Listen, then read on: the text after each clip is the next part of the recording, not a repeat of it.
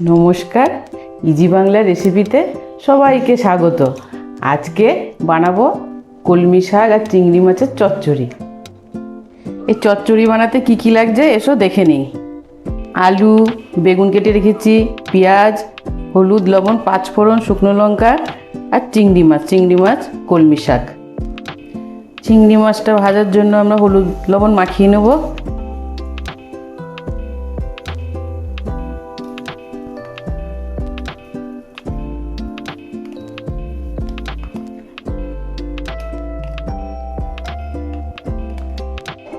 তেল গরম হয়ে গেছে, এবারে চিংড়িগুলো ভেজে নেব।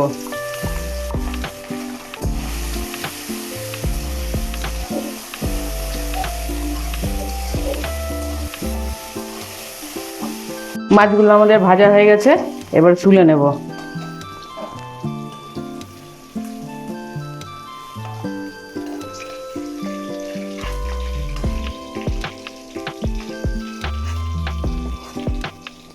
এবার এই তেলের মধ্যেই বেগুনগুলো ভেজে নেব।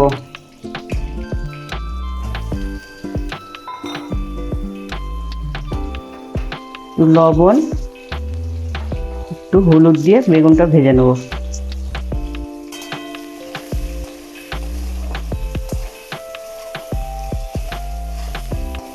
আমাদের বেগুন ভাজা হয়ে গেছে, এবার বেগুনগুলো তুলে নেব।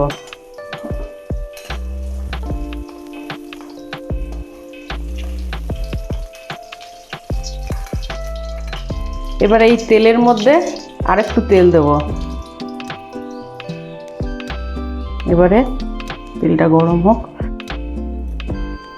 তেল গরম হয়ে গেছে, এবার পাঁচফোড়ন দিয়ে দিলাম, শুকনো লঙ্কা আর একটা তেজপাতা। একটু ভাজা হোক, দিয়ে এবারে আলু দিয়ে দেবো। আলুটা একটু ভেজে নেব।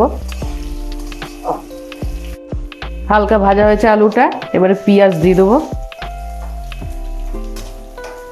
পেঁয়াজ দিয়ে এবার একটু ভালো করে ভেজে নেব।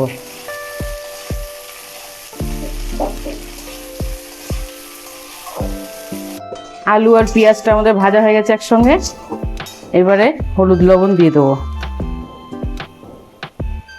হলুদ, লবণ, কাঁচা লঙ্কা দিয়ে দেবো।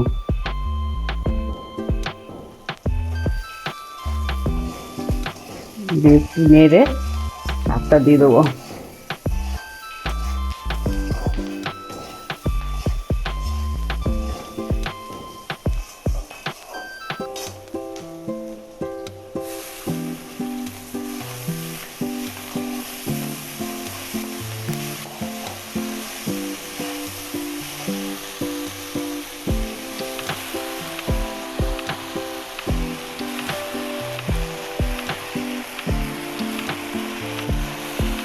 শাকটা নেড়ে দেখবো, যদি বেশি জল ছাড়ে তাহলে জল দেবো না, যদি জল না ছাড়ে তাহলে অল্প একটু জল দেবো।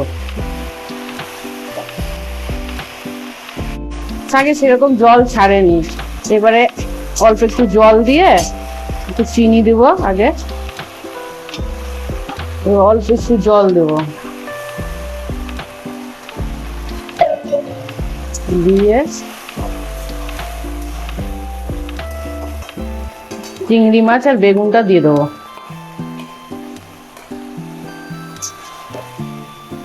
দিয়ে ঢেকে দেবো।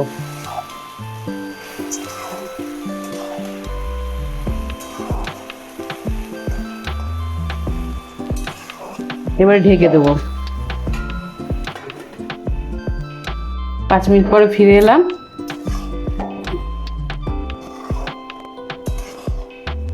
অল্প একটু জল আছে, আর একটু টানবে, গায়ে গায়ে হবে।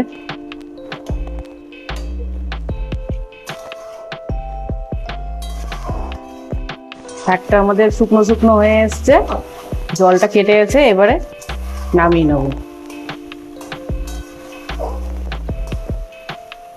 গ্যাস অফ করে দিলাম।